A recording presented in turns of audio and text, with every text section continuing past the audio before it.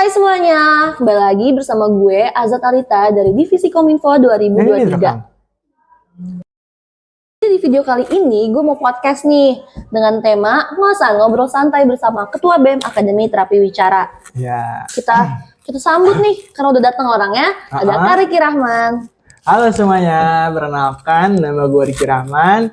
Gue sebagai Ketua BEM Akademi Terapi Wicara Jakarta. Apa kabar Kak Riki? Alhamdulillah baik kabarnya. Kalian sendiri gimana kabarnya? Alhamdulillah baik juga. Alhamdulillah ya. Iya. Tadi gimana perjalanan ke sini? Perjalanan sini sih macet banget, parah. Ya, dan gitu ada razia sih ya. Oh ada razia? Iya ada razia. Ini karena hari Senin kali ya? Kayaknya sih karena hari Senin pagi juga kan. Kita kan. Tadi kan kita jam berapa? Jam 10. Jam 9. Oh jam 9. Oh iya, suka lupa nih emang. Ya. Jam 9 ya guys tadi kita. Tadi kita jam 9 sebenarnya guys. Iya. Ya, gimana Kak Aza? Apa yang mau kita bahas hari ini nih? Kita mau kenalan sedikit mungkin ya sama Kak Riki dan juga kita mau ngebahas tentang Akademi Terapi Wicara itu sendiri dan juga BEM.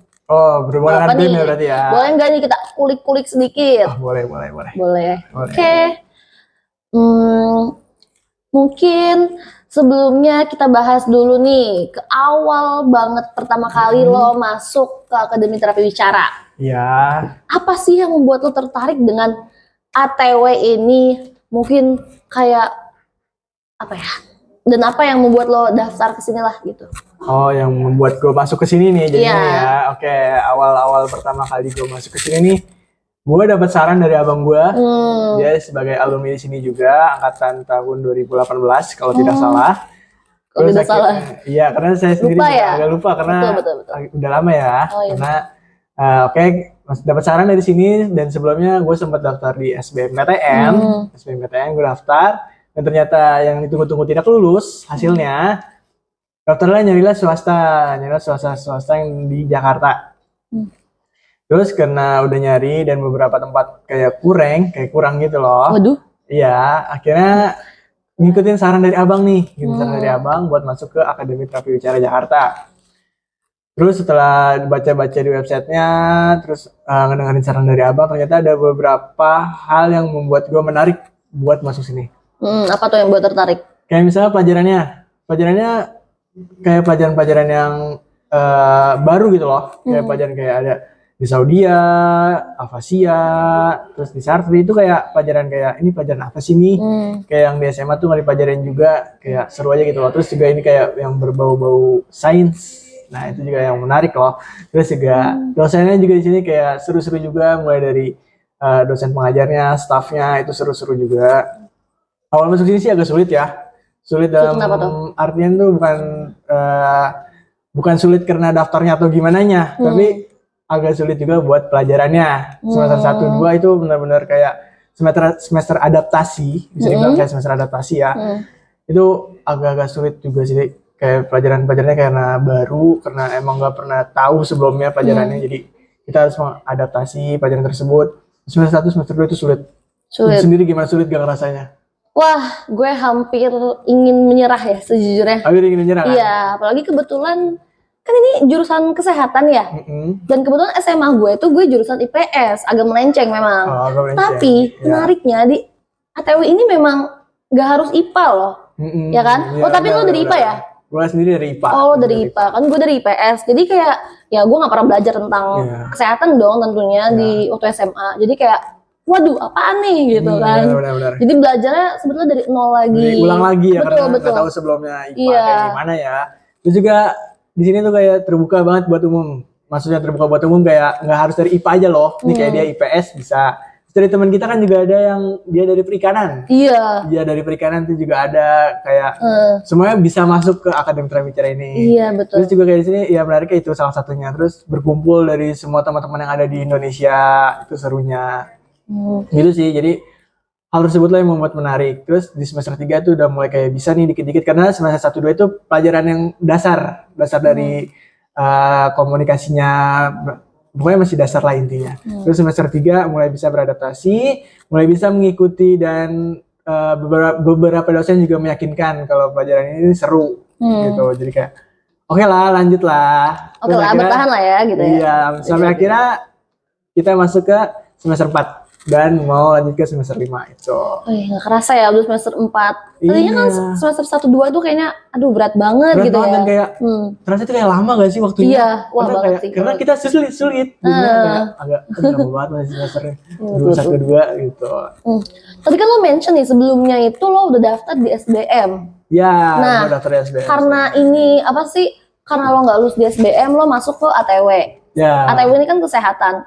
Boleh nggak gue tahu apakah waktu SBM lo juga ngambil di jurusan kesehatan kah atau malah sebenarnya melenceng gitu dengan apa yang lo pengen? Gue tuh dulu ngambilnya ada kan itu kan kalau SBM dulu itu ada 2 jurusan pilihan ya. Yang pertama itu gue ngambil ilmu komputer kalau nggak salah. Terus yang kedua itu gue ngambil kesehatan masyarakat. Terus dari situ tuh gue sempet daftar lagi sebenarnya. Gue tuh daftar di UI, ikut simak UI, ngambil okupasi terapi. Oh, okupasi terapi. Ya, dan ternyata tidak lulus juga. Tidak lulus juga karena emang itu kan soalnya disamain kayak S1 ya. Jadi agak-agak sulit juga. Jadi itu kayak soal umum gitu loh. Nah, nggak lulus juga akhirnya daftar di sini. Jadi itulah beberapa jurusan yang gue ambil pas lagi SBM dan simak UI gitu. Oh gitu. Kalau lu ikut SBM nggak? Gue ikut. Lu ikut SBM? Ikut. Apa jurusan yang gue ambil? Jujur waktu itu gue ngambil apa ya? Ini gue waktu itu ngambil kan 2 pilihan ya. Gue ngambil hukum sama psikolog, insya Allah. Hukum sama psikolog? Iya. Oh iya, jauh banget ya? Iya. Nyebrangnya jauh banget nih. Namanya juga coba-coba. Iya, coba-coba ya. Dan ternyata jadi apa? Terapi bicara. Kita nggak ada yang pernah tahu. Iya, itu namanya udah jalan kehidupan. Iya, betul. Betul, kita nggak ada yang pernah tahu ya. Namanya kodar ya. Iya, namanya juga kita ada rencana tapi Allah punya rencana aja. Betul. Gimana pun juga ini udah tertulis di Lauhul Mahfuz. Kita nggak ada yang pernah tahu. Oke. Setelah lo masuk ke ATW ini sendiri, kan sekarang lo menjabat sebagai ketua BEM nih. Iya. Kalau untuk ketua BEM sendiri, apa sih yang membuat lo tertarik gitu? Oke. Apalagi tadi lo bilang semester 1, semester 2 berat, tapi kok tiba-tiba kok dia jadi ketua BEM? Apa yang membuat lo tertarik? Yang membuat lo ada apa ya namanya? Ya. Lo pengen mencapai sesuatu tuh apa gitu? Oke. Boleh ceritain sedikit mungkin? Awal jadi ketua BEM itu kita berenam. Sedih banget ceritanya, nggak ada. Oh iya, wow. Sebenarnya kita oke aja sih, jadi ketua BEM. Jangan sedih dong. Tapi tidak tahu dengan teman-teman saya. Oh iya. Karena dulu kita itu berenam ya. Terus kita disuruh daftar, terus akhirnya terpilih saya. Dan yang membuat saya menjadi ketua BEM ini kayak pasti nanti punya relasi yang banyak nih, punya relasi ke terapis, ke dosen, sama dosen.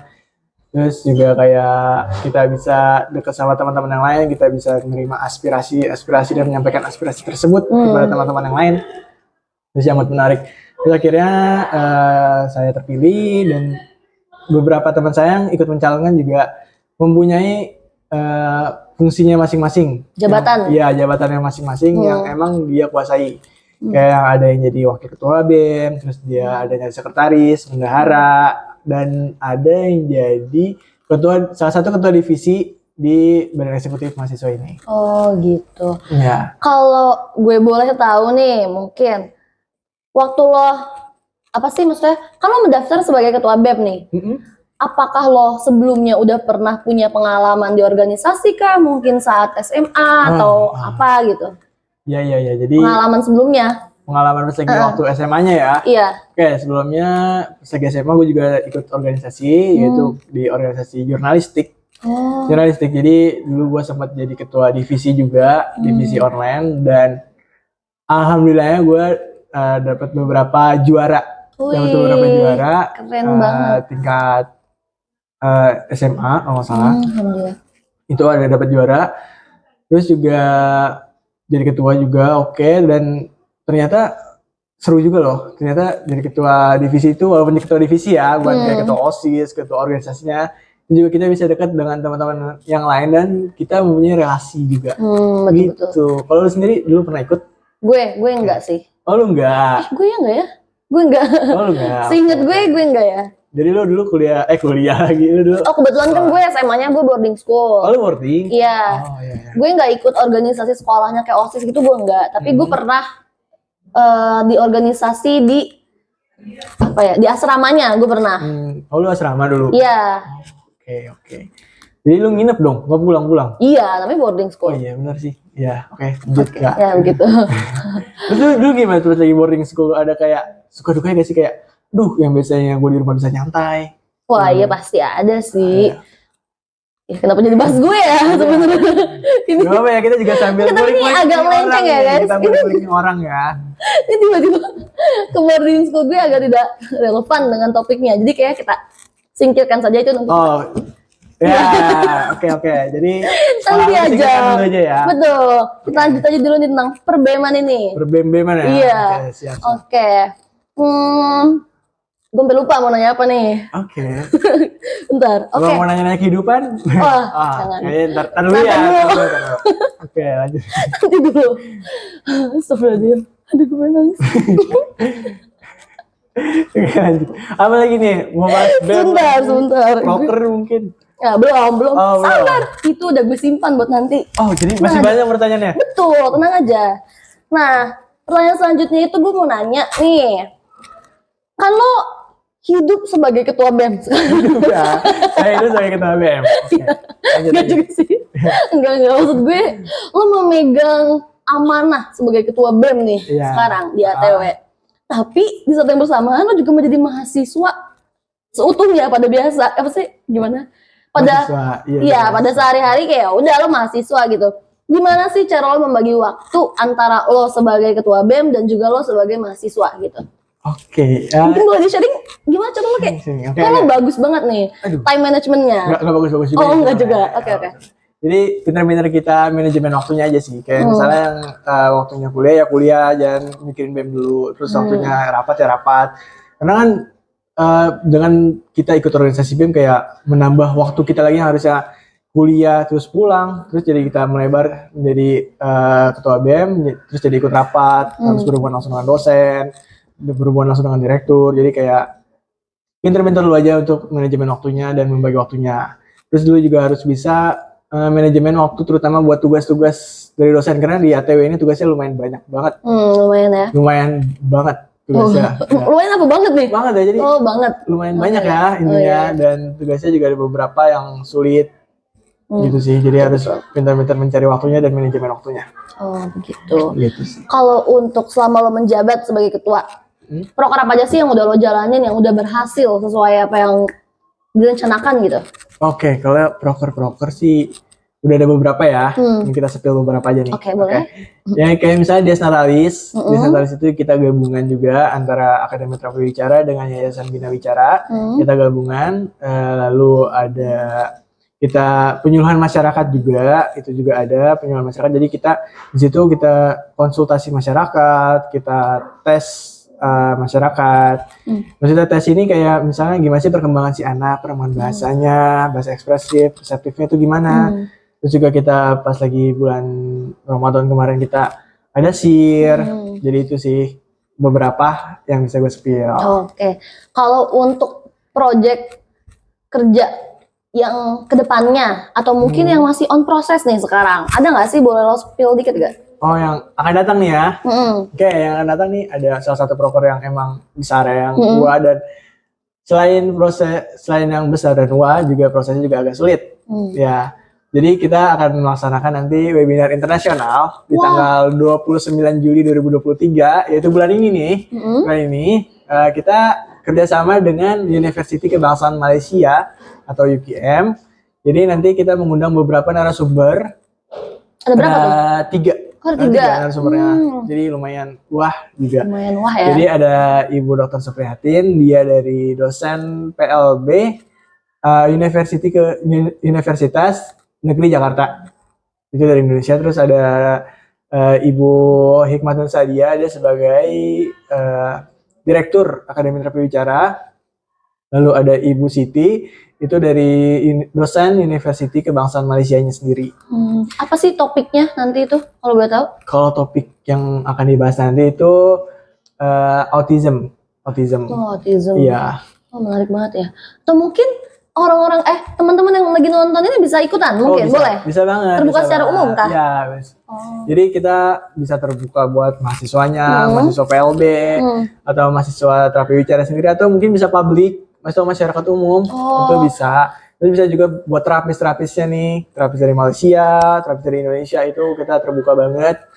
Jadi silakan ikutin aja.